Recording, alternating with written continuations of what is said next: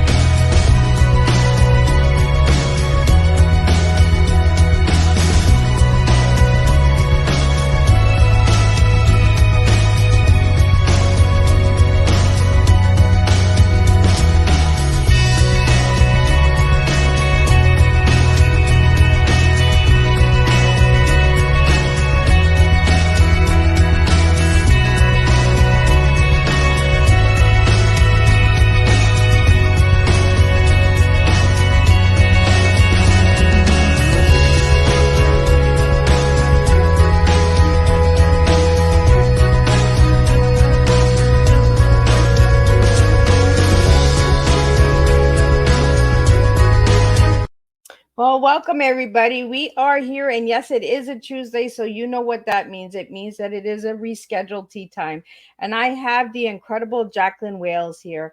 Uh, she was scheduled for August, but you know what? Life happens, and sometimes I like these surprise guests and these rescheduled tea times because then they kind of put me on board during the week as well as not just a Thursday, right? So I am truly honored to have Jacqueline Wales here. She's an author, a speaker, advisor for success, and she's fearless. That's right. As you've seen in the video, she's fearless and she's got faith. And we're going to talk about a lot of incredible things this afternoon. We're going to be sharing some of her talk. She just did a TED talk and all of that, so she'll be sharing that. And she's doing a lot of incredible things. So grab your tea, grab your coffee, grab your glass of wine, whatever you'd like to grab. You do not have to drink tea when you watch Tea Time or listen to Tea Time. Share this Tea Time, subscribe to the channel, go to Miss Liz's Tea Times on YouTube, on podcast platforms and radio stations, and you can hear all of these incredible Tea Times there. So let me get started with the disclaimer and then a little bit on who Jacqueline is. And then I'm going to get Jacqueline in here and she's going to spill a good TEA with all of you guys this afternoon. So the disclaimer for Miss Liz's Tea Time live show. Miss Liz myself is going live using StreamYard. Before leaving a comment, please grant StreamYard permission to see your name at StreamYard.com. Please be advised that the content brought forward for any Tea Time show hosted by myself, Miss Liz, is always brought forward in good faith. However, may bring forth dialogues and opinions that are not representative of my platform. The facts and information are perceived to be accurate at the given time of airing. All Tea Time guests and audience participants are responsible for using their good judgment in taking any action that may relate to the discussion. The content brought forward may include discussion for some where they may be emotionally at risk. It's significant to know that this show is engaging in discussion forums only to offer and inspire awareness and connection and is not providing therapeutical advice. If you have any questions about the disclaimer or the panelist discussion, you may freely contact me, Miss Liz, through my email at bookingmissliz@gmail.com. Moving forward, should you choose to voluntarily participate in today's show in any aspect, I myself, Miss Liz, welcomes you. And should you decide that the show is not made for you at this time, I respect those wishes and will see you at a later show date and time. And again, all Tea Times in 2023 are done on a Thursday, 10, 3, and 7 p.m. unless it's a rescheduled or surprise guest, which is done on a Monday and Tuesday. And that's why we're here on Tuesday. So now a little bit on Jacqueline. I see Jacqueline in the back there, and we're going to get her popping in here.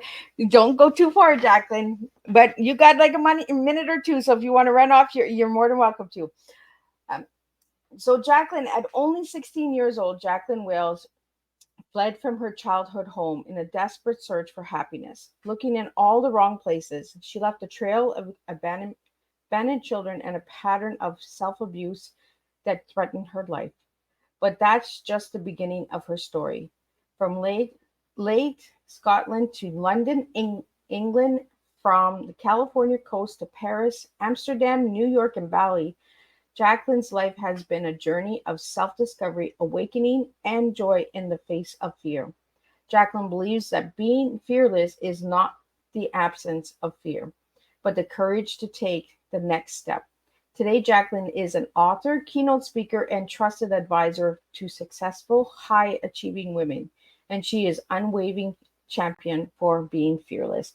And for all of Jacqueline's information, you can check out her website and all of that on Miss Liz's platform pages, including Miss Liz's Facebook page. So let me get Jacqueline in here and let me sip on my tea.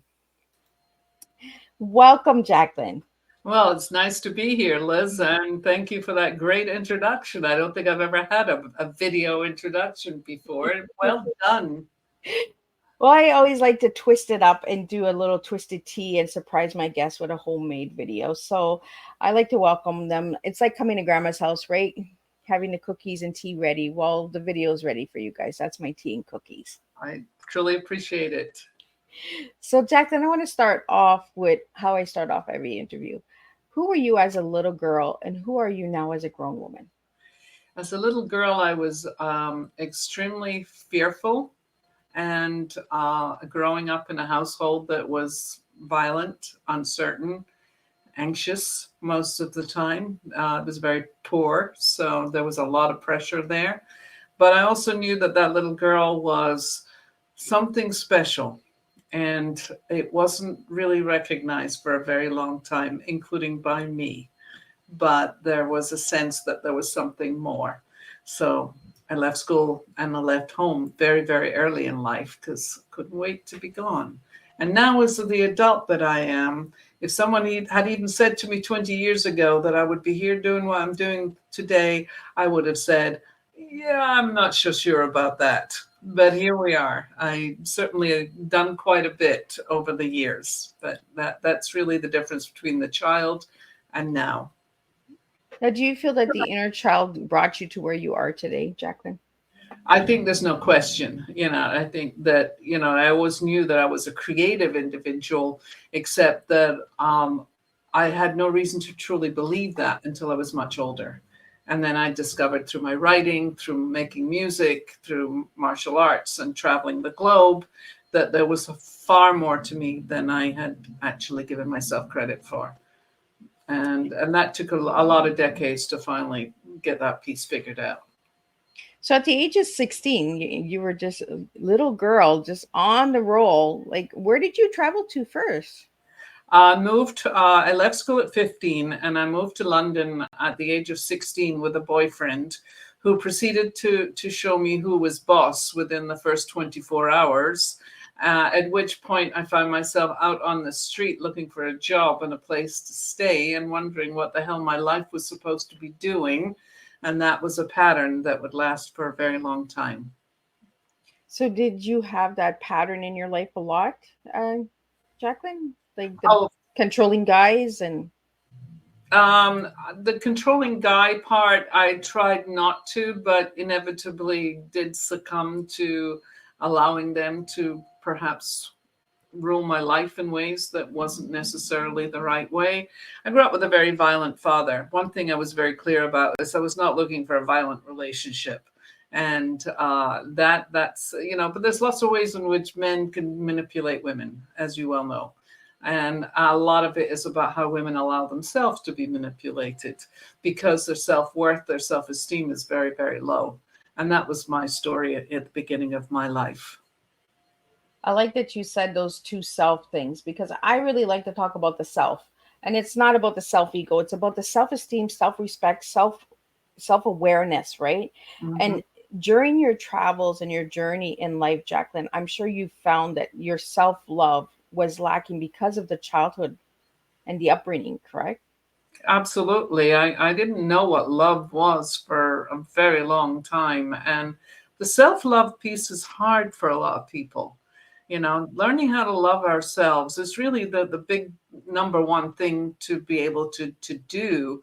But we frequently are searching for love in all the wrong places. And that was certainly my story. I went searching for love in all the wrong places and inevitably ended up being pregnant with unwanted child and then getting married and having another child and leaving that child behind. And there was this constant search in my life without understanding truly what it was I was searching for. But ultimately, it had to do with love, self-love, love of others, and being genuine in that. But one of the things that happens for children or people who are traumatized is it's very hard to create intimate relationships. It's very hard to make commitments to people because you're always waiting for the other shoe to fall.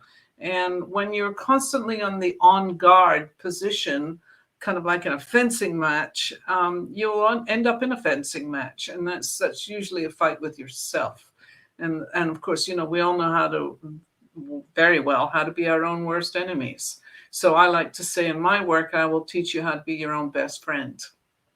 Well, I think the word fearless kind of gives you that boot in the butt, right? Like you got to beat this fear. You got to move forward, right? And no matter what we come from or where our childhood has, the upbringings are not what defined us. Well, that's a big piece right there. Sorry to interrupt, but I think that's a big piece, is that we allow the past to define who we are, instead of understanding that the journey of life is about defining who you want to be, not what you want to do. People will say, this is what I want to do in life. No. Who do you want to be in life?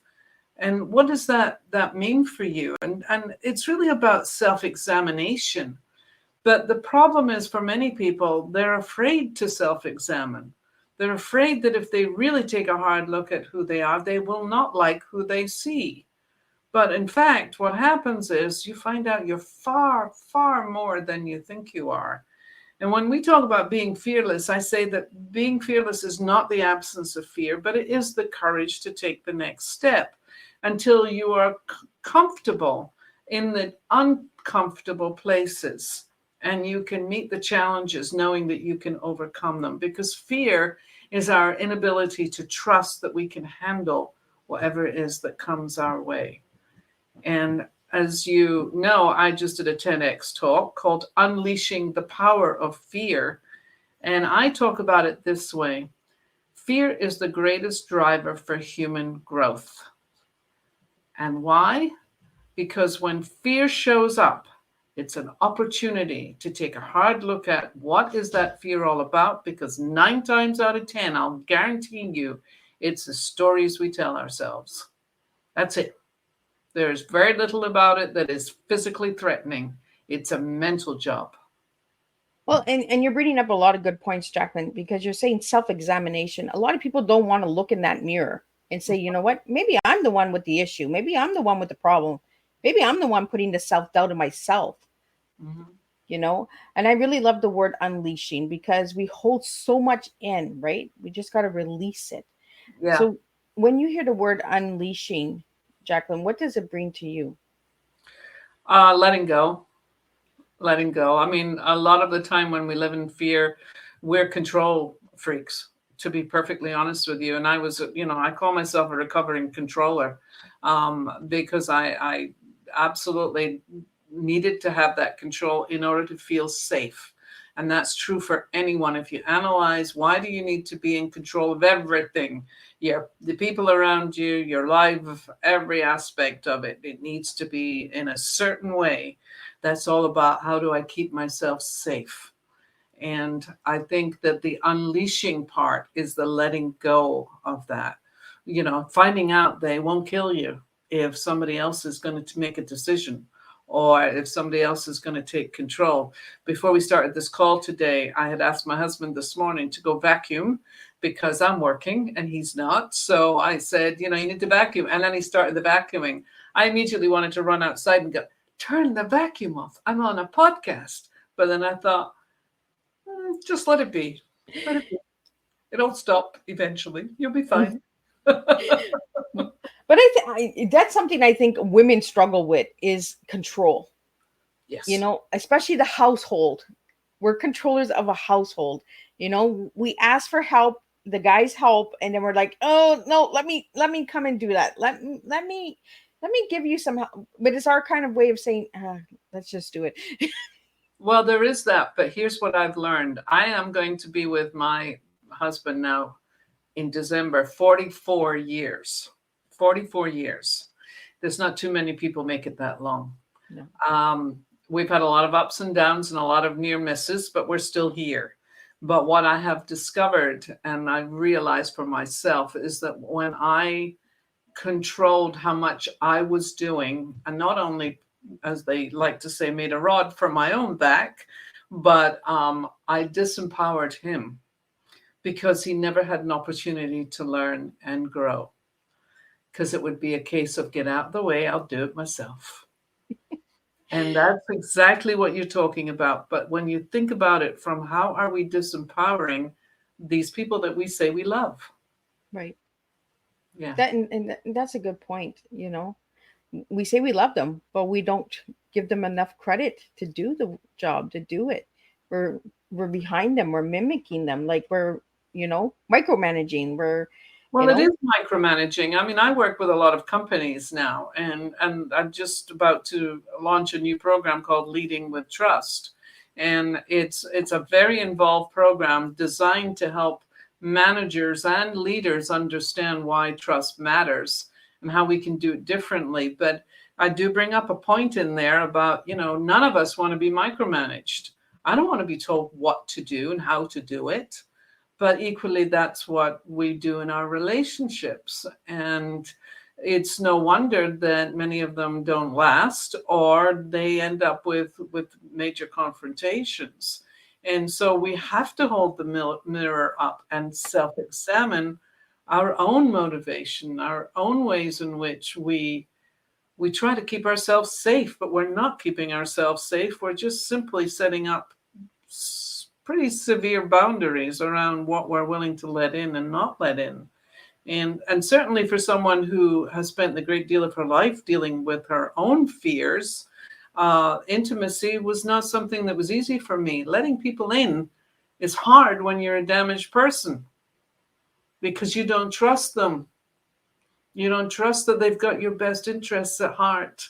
And most of all, you don't trust yourself to make the right decisions, the right choices, to be able to lead yourself in the right way.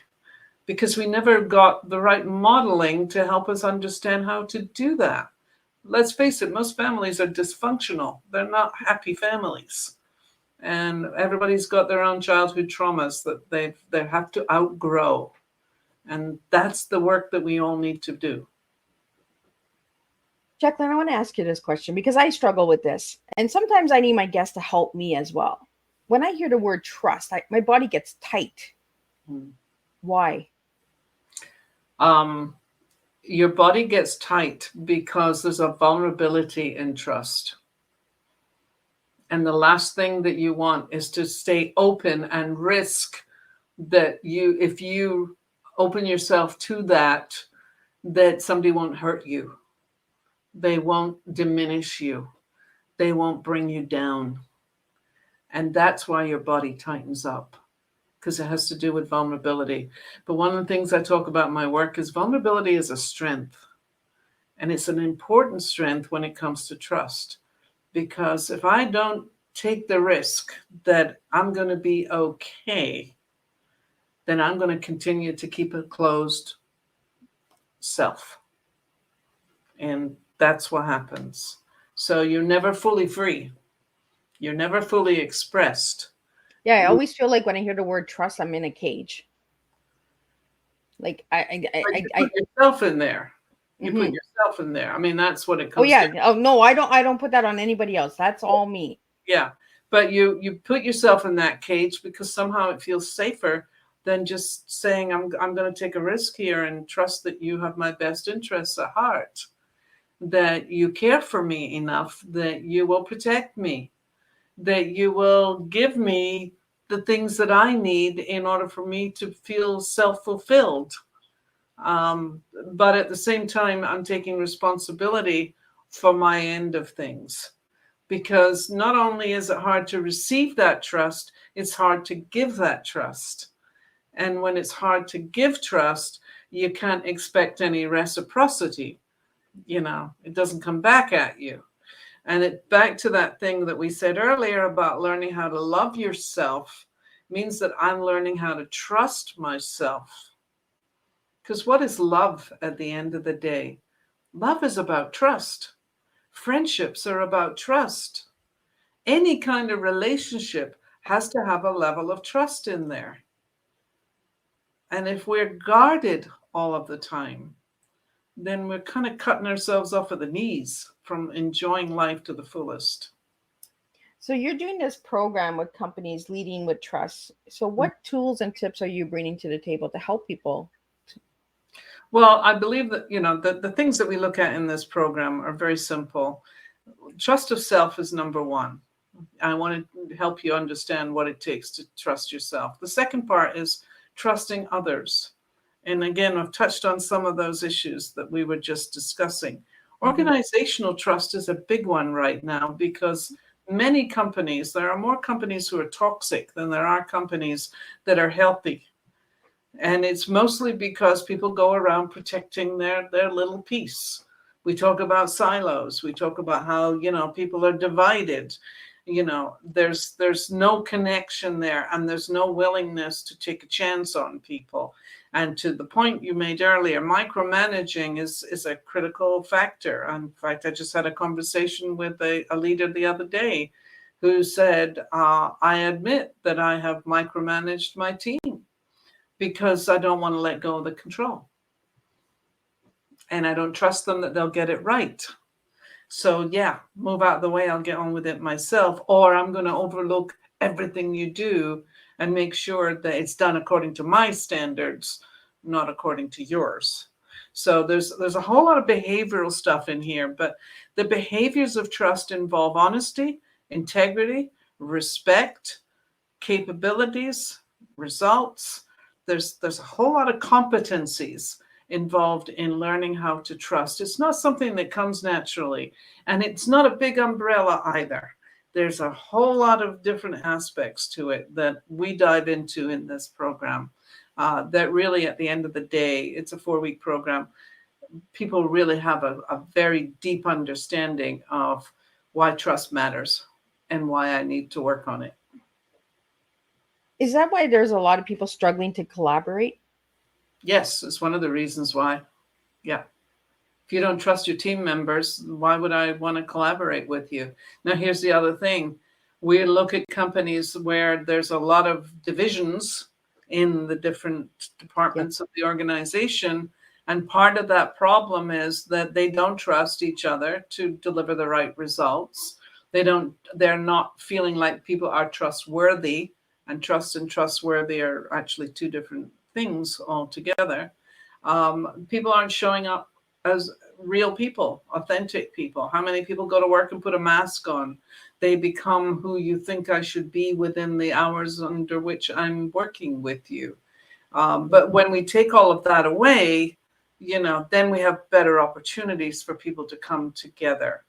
And that's a big one right there. And so it's very complex. There's a lot of things that I'm covering in this 4-week program that are really getting people to stop and reflect and really immerse themselves deeply in what this really means and how we can do it differently. So, Jacqueline, how did you learn about all the strategies and how to get over your fears?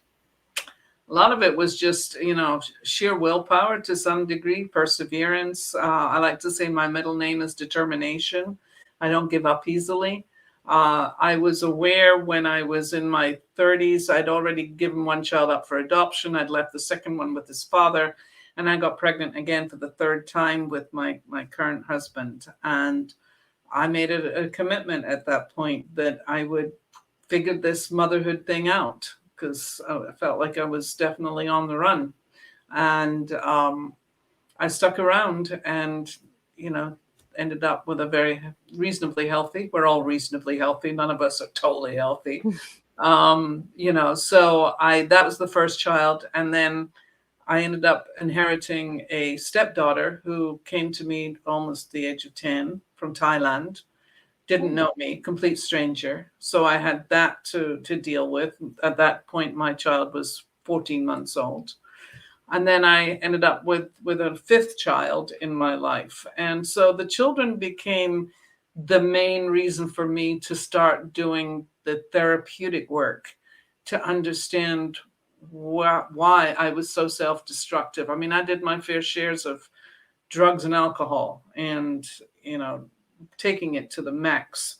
And it was clear that I needed to really dig in and figure out why I was severely messed up, frankly. I was never homeless or any of those things. I always managed to hold a job.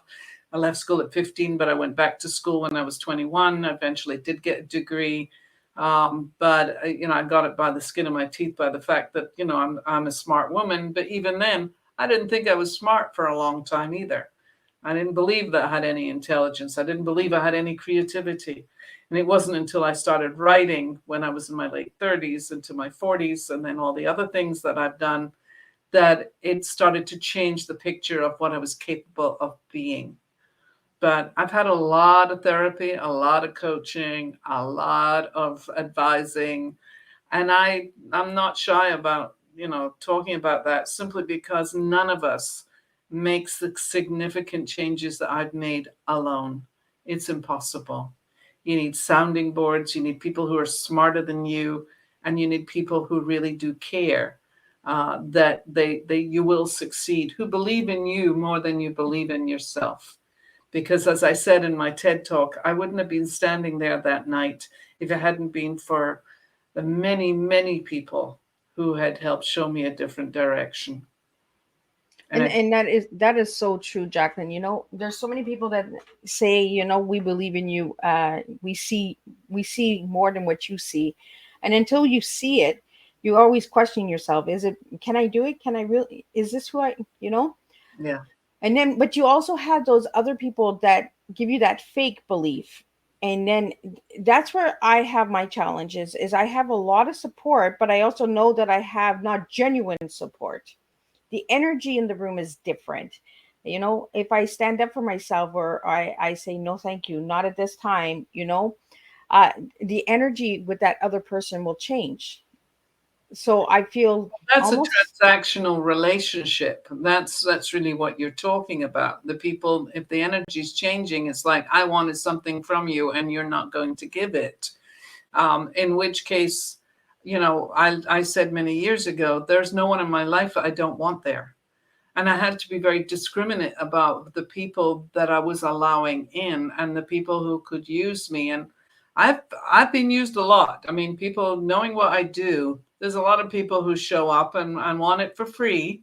And I've given a lot away over the years. In fact, I had one woman who came to me and said, I really want to work with you, but I don't have any money. And I said, do you have a job? She said, yes. I said, do you have a roof over your head? She said, yes. I said, do you have food on the table and a car to drive? She said, yes. I said, great. So you have something that pays for you. This is what pays for me. So no, I can't do that. So, it's setting boundaries, because that's the other piece that's missing for a lot of people. We don't know how to set clear boundaries for ourselves because we're afraid that we might miss out.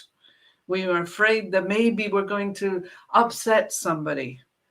And because of that, we allow others to take advantage. And when you become really confident and you start taking ownership and authority of who you are and how you want to show up in the world, you get very clear about the people who are going to work for you and the folks who are not. And what I've found is that there's an awful lot of generous people out in the world, and they're genuine and they want to help. But you have to be able to discriminate against those, or for those who are there for you and they're not there just to take advantage of your money or your expertise. And that's a big one for all of us to decide, and especially for women. Women don't set high enough value on who they are and the services that they bring to the world. And that's a problem. And I did it too. And then finally, when I woke up and I just decided the hell with it, I threw the roof, put it there. I was like, you like it, you don't like it, I don't really care. But that took decades for me to get to that point, because I was too busy trying to keep people happy. I was that girl 5 years ago where I was the people pleaser, right? Yes, I can. Yes, I can. Yeah, Now I'm to the point where no, I can't. And if they're like, what, I just can't. Like I'm, you know, and it throws a lot of people off because I was such that people pleaser before. I was that person that would help everyone out. And then it was me that my cup was empty. Where a lot of people today, they say, Miss Liz, your cup is still empty. My cup is not empty. My cup is 3/4 full. I don't have a full cup because I don't believe in a full cup because that would be that perfectionist. And I don't want to be a perfectionist anymore. I want to be that imperfect woman that is trying her hardest and doing what she can. And I really value your time today, Jacqueline, because you have lived it. You have the expertise. I love my guests who can bring the message because they've had that experience themselves. You know, where you can bring the power to the table and say, you know what, it can be done. And I'm with you, Jacqueline. We don't give ourselves enough credit because we've always been put down to the bottom. We're the housewife. We're the wife. We're the mother. We nurture. We just stay at home. We don't do these things. We don't lead, right? We don't take these leadership roles on, But think about it. We put ourselves there. right? Nobody else put us there. We they wanted to put us there, and we willingly said, sure, fair enough. I mean, I raised my kids all over the globe, as you mentioned. I've lived all over the world. It's not always been easy. There's been a tremendous amount of ups and downs, and I had to work really hard to build a relationship with my son that I left behind. And that has taken, quite a long time. He's now 48 years old, and we've been pretty good friends now for about 20 years or more, maybe 30 years. But there was a lot of work necessary to heal the wounds and to be able to build a reasonably healthy relationship. He lives in England, so I don't actually have a lot of physical contact with him, but we're on video almost every weekend. And now he's got a almost 8-year-old daughter. So, there's that piece. And then my stepdaughter has a child who's 7 years old. There's a 3-month difference between the two of them. And now I've got a 7-month-old who's local. And that's, when you watch your children become adults who have children. And of course, it changes the equation completely. And I'm not shy about my age. I'm in my early 70s now. So, it's like I've lived a few decades, and I've managed to achieve a great deal for myself over my lifetime. But each step of the way was uncertain. Each step of the way was filled with self-doubt. Each step of the way was really about, can you really do this?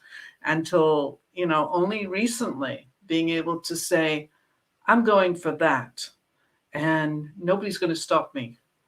I don't have any doubt about it. I know it's going to happen. It's already happening, and that's what I want. That kind of confidence doesn't come overnight. It's like my clients say to me, how do I get to be more confident? And I go, one step at a time. Sometimes it's 2 steps forwards and 1 step back. But one day you wake up and you go, I don't do that anymore to myself. And you go, wow, look at that. I have grown. Well, in real transformation, when you look back at pictures, you look back at videos, conversations, you do see the growth in yourself. Mm-hmm. And you're at some point, sometimes you'll say to yourself, who is that person? Right? Because you don't even recognize that person. Like I look back at myself 5 years ago and I was like, who is that woman? Yeah. But I know that woman was a part of me. And that's why I serve the past, the present, and the future, is because it's all a part of me. Yes. Yeah. It's like you do with your story, Jacqueline, is without your story, you wouldn't be able to encourage other people to live it and do it. Well, this is very true. I mean, I like to say that what makes me different is, and I just started saying this recently, I am unapologetically raw and real. And when I say that, it's like you truly, what you see is what you get. And I would not be doing this work if it hadn't been for the fact that the universe decided I needed to have a shitload of experiences, good and bad, that would allow me to understand humanity and what it is that we do to ourselves, and how I personally could evolve and become the woman I am today. But it has taken a tremendous amount of effort for that to happen. And as I said earlier, not everybody wants to do the work. I have a program called Transformational Strategies for Success, and it's a very detailed 6-month program that is designed to help people create or craft a different narrative of who they think they are. So, who are you? What is it that matters to you? Where is it you want to go? And most importantly, what is it that's getting in the way? And I take them on a deeply immersive, self-reflective journey that cannot help but transform your life, because you're doing nothing but thinking about who you are and how you're showing up, and where are the areas in which you undermine and create these limitations for yourself, those self-limiting beliefs and all the other aspects that go along with that. So I take people through this immersive journey, and the transformations, even for me, who created the program, constantly astound me when I see the confidence and the ability to make better decisions and taking charge of lives, and shutting out relatives who had have been totally toxic and poisonous their entire life, and now they can look at them and go, no, I'm not going to put up with that anymore, thank you very much. I mean, this stuff just blows me away, and I'm the one who created this stuff, but it came out of my own experiences, and this is how I roll. It's like, I'm not going to give you any bullshit. I'm going to just tell you that according to the gospel, according to Jacqueline, it's real, and this is how it works. And sometimes it's painful. In fact, many times it's painful. But if you're willing to get comfortable being uncomfortable, the opportunities that come out of it are extraordinary, extraordinary. Absolutely. And then you turn around and look at yourself and go, where'd you come from? Right? Who are you? And they can actually answer it because they've done the work. So if anybody would like to take part in that course, can they find that on your website? No, it's only for groups that I do these programs. I do not offer them for individuals. So I'm primarily focused on small to medium-sized companies at this point in time. And I take a minimum of 4 people into the program, and it's pretty high end. So it probably doesn't fall into most people's bucket list, shall we say. But that's something I this year decided was how I was going to be working. So no longer working individually, unless it's at very high level, C-level individuals, but mostly working with managers and teams, because I believe this work is badly needed in the workplace. It's badly needed in the world. I've no doubt about it. There's a lot of people who can benefit from it.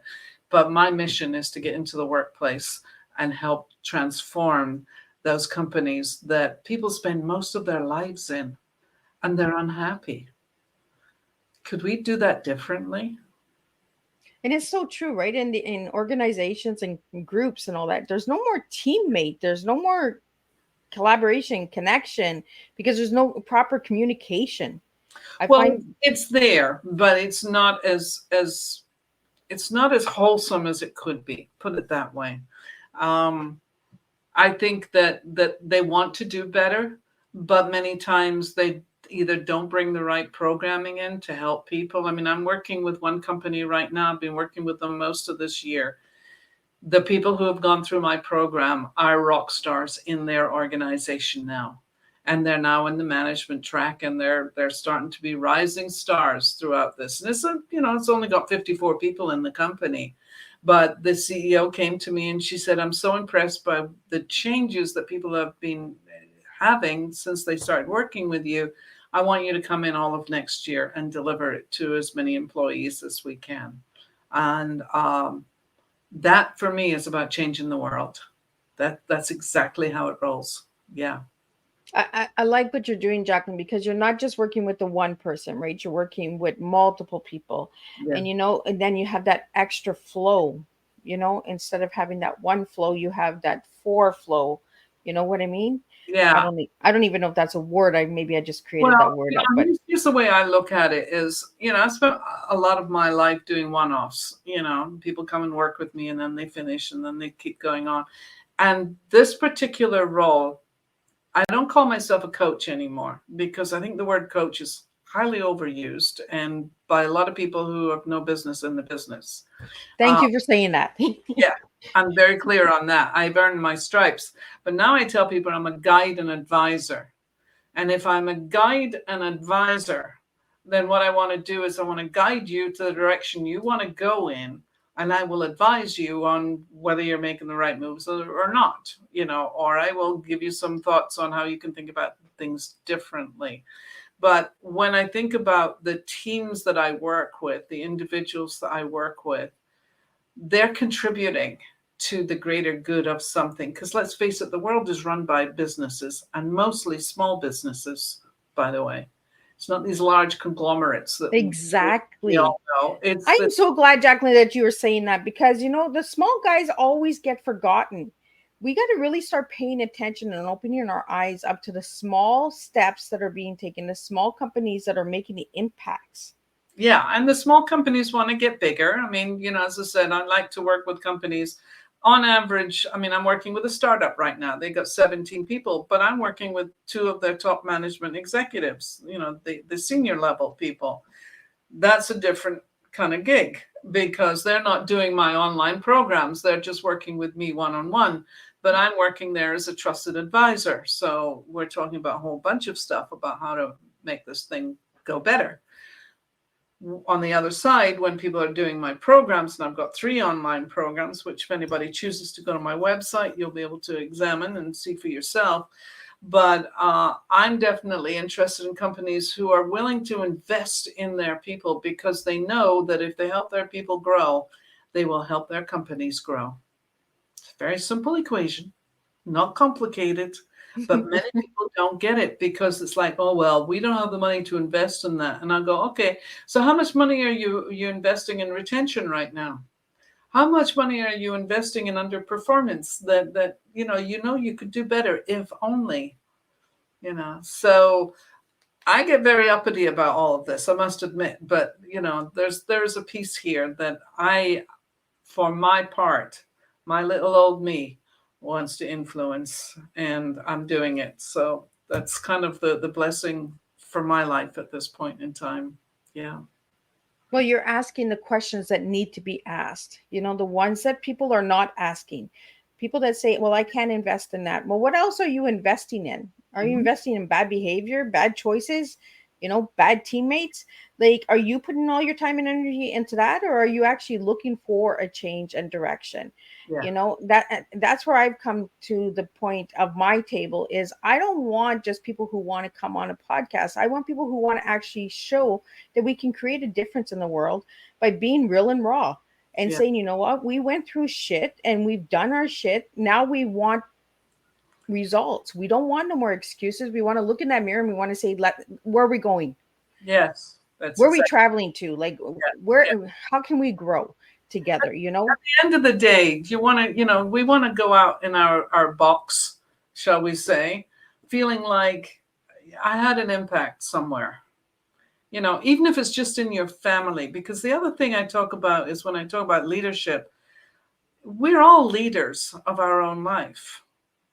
We're leaders in our families, especially if you're a mother. Are you a role model for your children? Do you even think about that? Probably not. But I realize I'm an amazing role model for my children because they can look back on me long after I'm gone and going, Jesus, she really knew how to rock it out, didn't she? She was the real raw deal, guys. And that's the legacy we should all want. Yes. Men and women, we should all want a legacy left behind that we made an impact, in our lives. Yeah. Not that we just lived. People are just living, and it frustrates me. It frustrates me when I sit with people and I say, okay, so what did you do all year? Well, I was married, I had kids, I cleaned my house. Okay, but what did you do for yourself? Like, did you write a book? Did you take a trip? Did you do something to grow yourself? And I find that everyone is just living, and I get frustrated. I'm just like, look at, I'm in pain 24/7 and I'm still doing stuff. So come on, let's move. Like, stop with the excuses and just do something. And you'd be surprised. You do little steps and then you look back at the year and you say, oh my goodness, I did all of this. Well, it's I'm one of the reasons why I tell people to keep a gratitude journal, because right. everybody wants to bitch and moan about what's going right and wrong and blah, blah, blah. And I say, keep a gratitude journal, write in it every day. And then at the end of the year, look back at all the good stuff that happened in your life. That's an amazing mind shifter right there. But, again, making time for yourself, you got to be able to do it. So. Well, I find if you make time for yourself, you're actually making time for your growth, making time to Well, heal that's it. yourself. I mean, God knows I've spent hundreds of thousands of dollars on my growth and development in the last 40 years. So just to give you a little insight there. And God knows how many hours, thousands and thousands of hours over that period of time too. To develop the discipline and the commitment and the knowledge and everything else. You asked that question earlier. I'm well educated at this point in time because I care about my subject matter and I want to be informed and I want to be able to not deliver bullshit. So the way that I say to people is, I'm not going to give you stuff I just learned in a book or off a program. Yep. I'm going to give you something that's real. And also, as I say, raw, because I'm in your face. I'm that way with my clients. Like, oh, really? That's the story you want to tell me? Well, let's hang this one up to dry and see what that does. It's like going to grandma's house and trying to pull a fast one on her. She's like, nope, I already see through you. Like, That's right. you can give me all the excuses you want.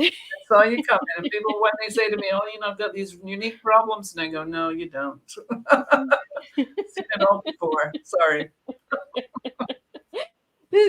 So, Jacqueline, I want to give you the letters TEA, and I'm really curious about your T. What words would you give me today? Transformational. It has to be. I mean, do we want to transform our lives? Yes. Do we want to transform our mindset? Yes. Do we want to transform our behavior? Yes. These are all the transformational piece. And on the E piece, it's empower. Do you feel empowered? Are you around people who help you to feel empowered? And the A piece is accelerate. Accelerate your growth. Believe that you can take that transformational empowerment and accelerate your growth. That's how I would read T. I love the word accelerate because it's just like putting a foot to the gas, right? Like, let's go, let's do this travel, let's move. Where would you travel to? Like, where am I going to see you in a year from now? Yeah. And maybe that's what we need to start looking at is where do we see ourselves in a year from now? Because in a year you can do a lot. No question. I know in the last year I've done a lot. So, I'm definitely feeling like this is I look at the transformation for myself in the last year. It's like, 0 to 60. And I went, whoa, look at that. Look what happens when you really put yourself into it completely. Mind blowing, right? Yeah. Yeah. So, Jacqueline, I asked you your favorite color, and as you can see, and the audience can see, and listeners can see, is we're wearing red. So, you gave me the color red. Why red for? It's power. And since we use the word empower, red is like you can't ignore red. Some people find it off-putting. Some people find it to be a little too much. But I like to say this is from somebody who is claiming ownership and authority of her life. That's the red piece for me. And of course, red in Chinese is very much about power. So, there it is. I wore green for years, because I thought green was the color that was meant for me. And it was. Why? Because I was growing, Well, now I'm standing in my power. So yeah, I'll wear red. And with the red hair and the red lips, it happens to work quite well. And the woman who did my logo also was well into the red piece as well. So it all kind of, it's personal branding. We could get a whole conversation on that, but yeah, not today. Well, it's the lady in red, right? We're standing in who we are as women. Yeah. a lot of empowerment events and stuff like that are usually done in red. Yeah. It's that strength, like, resilience, Yes. tenacity, integrity. You stand in power, Yes. and be proud of yourself. Yes. um, I love it. And I asked you one word to describe yourself, and as everyone probably knows, the one word is fearless. So why that word, Jacqueline? Because fear was really the major driver of my life and early life. And being fearless, as I said at the beginning of the call, is not the absence of fear, but the courage. The opposite of fear is courage. And I've done tremendously amount of, or should I say, I have been very courageous at different times in my life. There's a whole lot more story that I'm not sharing today, but It's one of those you have to contact to find out more. if you've got 3 hours, we might get through all of it. But I wrote a book called When the Crow Sings. That was my first book, and it's a novel, and that has a lot of family history in there. So, but courage is really an important piece for the fear. And when I talk about fear being the greatest driver for growth, it's about having the courage to say, when fear shows up in your life, when you're afraid. I just had an incident this morning where I was asked a question and it triggered a fearful response. And I responded with fear. And then I had to backpedal a minute and go, whoa, look at that. The old stuff still gets triggered. It's still in there. But at least now I'm quicker to go, okay, get that, and then go take care of it. But you got to have the courage to show up for yourself. So that's what fearless is all about, the courage to show up for yourself. I really like it, Jacqueline, because you're saying that the triggers still affect you, and you're in your 70s, but you look amazing for 70. You got a couple decades on me. I'm going to be 50, and I'm not scared to say my age either, because I think we shouldn't be scared to say our ages, right? I think women, they try to put this curtain around themselves. But, if you're aging well, it's got to do with your attitude. It has nothing to do with your biology. Sure, everything's starting to slide south. I notice more crepiness. I notice the lines. I notice that, there are certain things like the hands where you go, yeah, you're definitely getting old. But at the same time, it's about attitude. Yep. Age is about attitude. And we as women must never be afraid to have a good attitude about who I am and what I bring to the world. And when you have that, age is just a number. It's just a number. I stay healthy. I eat properly. I exercise. I can still move my body. Stamina is not quite as high as it used to be, but that's probably because I'm sitting in this chair a lot of hours. So that might have something to do with it. But nevertheless, these are things to keep in mind. Age is just an attitude. Yeah. We really need to stop being afraid of the age, because age gives us life stories. It tells us that we've taken this travel and this journey.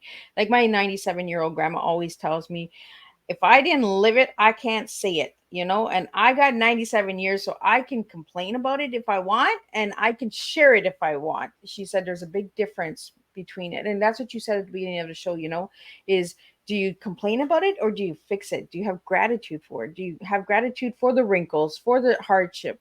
Yeah. Just say thank you once in a while. Like, our stories were not easy, but be grateful that we survived those stories to be able to have that voice today. Well, it's like one woman said to me when she came up to me at the intermission after the TED Talk. She said, is there ever a time when I can move beyond my trauma? And I said, yes, but you will have to do the work.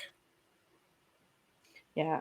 So Jacqueline, I would like to find out what your final message is for everybody and how they can reach you and what books you have out there. Let's get that all in. And I know that you have to skip out a little early because you have another call. So let's get that all out there, and then I'll let you slide out with a nice smooth tea.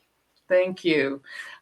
So you can reach me, as you see, on my website, JacquelineWales.com. You'll find out everything you need to know. There's a lot of blog posts on there, and there's other bits and pieces you can check out. My books are available on Amazon, The Fearless Factor, The Fearless Factor at Work. The Fearless Factor at Work was my latest one. You can go check that out. And I'm on LinkedIn. So if you go to LinkedIn, you'll find tons of posts that hopefully will motivate and inspire you to think differently and manage your life, take control of your life. That's really my final message. Take control of your life, not other people's, but yours. And make some of those decisions that are hard, but you can do it if you really want it. And that's what it comes down to. Well, I really want to thank you, Jacqueline, for joining me. And I am so glad that we got this rescheduled and that you were able to sit with me and have tea, because I was looking forward to this tea time for a long time, because you answered some of the questions that I had for myself as well today. So I take away from what you served today at the table. And I want to thank you for that. I want to thank the viewers and listeners out there. And if you're watching, please push hashtag replay and let me know where you're tuning in from. If you haven't heard about Miss Liz's Tea Time and you're just tuning in today and it's your first tea time, go to the YouTube channel, check out Miss Liz's Tea Time. There's over 300 different interviews from all walks of life, all age groups. My youngest one on there is 12, and my oldest one, I believe, is 91. So I give you a taste of everything out there. Men, women, and children are on tea time. So we do serve different flavors, different blends, and we do bring a different strong message for each and every one. So until then, I will see everybody on Thursday. I'll be back with 3 incredible guests. I have John Callis coming in from Hollywood. He'll be sharing his personal life story on abuse, living in the ghetto, and becoming a producer in Hollywood.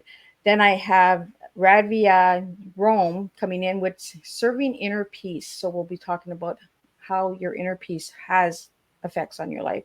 And then we'll jump into Bob Burrell. He'll be talking about the tattoo murder. That's right. We just do all different types of things in here, because even those murder stories have a meaning to them and they have a message and lesson in them. Because why did he get into writing murder stories? We'll find out on Thursday at 7 p.m. with Bob Burrell. So until then, I want to really thank everybody for tuning in and sharing and supporting Miss Liz. Without all of you guys, I could not do this. We are going to be having a reunion show December 21st from 7 to 9 p.m. That will be done on a Zoom call, and you'll see guests from season 1, 2, and 3 joining Miss Liz, and there's going to be a few surprises coming along the way. So there's always something going on at this table with Tea Time with Miss Liz. So Jacqueline, I really want to thank you for taking the time. I'm really glad that we were able to do this, and I think that this is just the beginning of our journey. So Well, I want to see a nice smooth ride, and I love your tea. It's really encouraging, and thank you for being fearless, because that's what we need, is fearless people in the world. thank you, So until then, Liz. so Jacqueline, do you have any final words before we leave? No, I think I've given people plenty to think about. But here's the other thing. If you have a fear of failure, remember we're all failing our way to success. So go ahead. See where it gets you. Well, I want to thank everybody. And until then, I will see everybody Thursday, 10 a.m., 3 p.m., and 7 p.m. And we'll be sharing 3 new TEAs. And again, thank you, everybody. And let's just keep flowing these teas. Share, support. And if one tea resonates with you, download it, because that's what helps Miss Liz as well. And if you'd like to check out more about Miss Liz, go to the website at www.misslizsteatime. There's merchandise there. There's some of the books that I've written in there as well. And you can get to know a little bit about why Miss Liz does what Miss Liz does. This is not just a podcast. This is a humanitarian mission. I'm on a goal to save the world and to change the world with the TEA of Teaching Educational Awareness. Until then, I'll see everybody on Thursday. Thank you, Liz.